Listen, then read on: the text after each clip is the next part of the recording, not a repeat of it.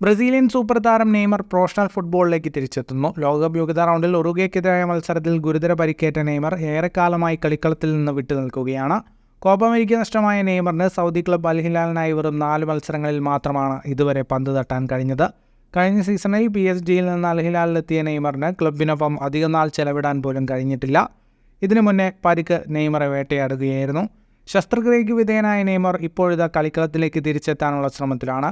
1 വർഷത്തോളമായി കളത്തിന് പുറത്തുള്ള നെയ്മർ അടുത്ത മാസം തിരിച്ചെത്തുമെന്നാണ് റിപ്പോർട്ടുകൾ. സെപ്റ്റംബറിൽ അൽ ഇത്തിഹാദിനെതിരായ അൽ ഹിലാലിൻ്റെ മത്സരത്തിൽ നെയ്മർ കളിക്കുമെന്നാണ് പ്രതീക്ഷിക്കുന്നത്. സെപ്റ്റംബർ 19-നാണ് അൽ ഹിലാൽ അൽ ഇത്തിഹാദ് പോരാട്ടം. അവസാന 2 മാസമായി നെയ്മർ പരിശീലനം നടത്തുന്നുണ്ട്. എന്നാൽ നെയ്മറിന് പ്രീ സീസൺ മത്സരങ്ങളുടെ ഭാഗമാകാൻ കഴിഞ്ഞിരുന്നില്ല. ഫുട്ബോൾ ലോകത്തെ കൂടുതൽ വാർത്തകൾക്കും വിശേഷങ്ങൾക്കുമായി സ്പോർട്സ് കഫേ ബോൾ തന്നെ സബ്സ്ക്രൈബ് ചെയ്യുക.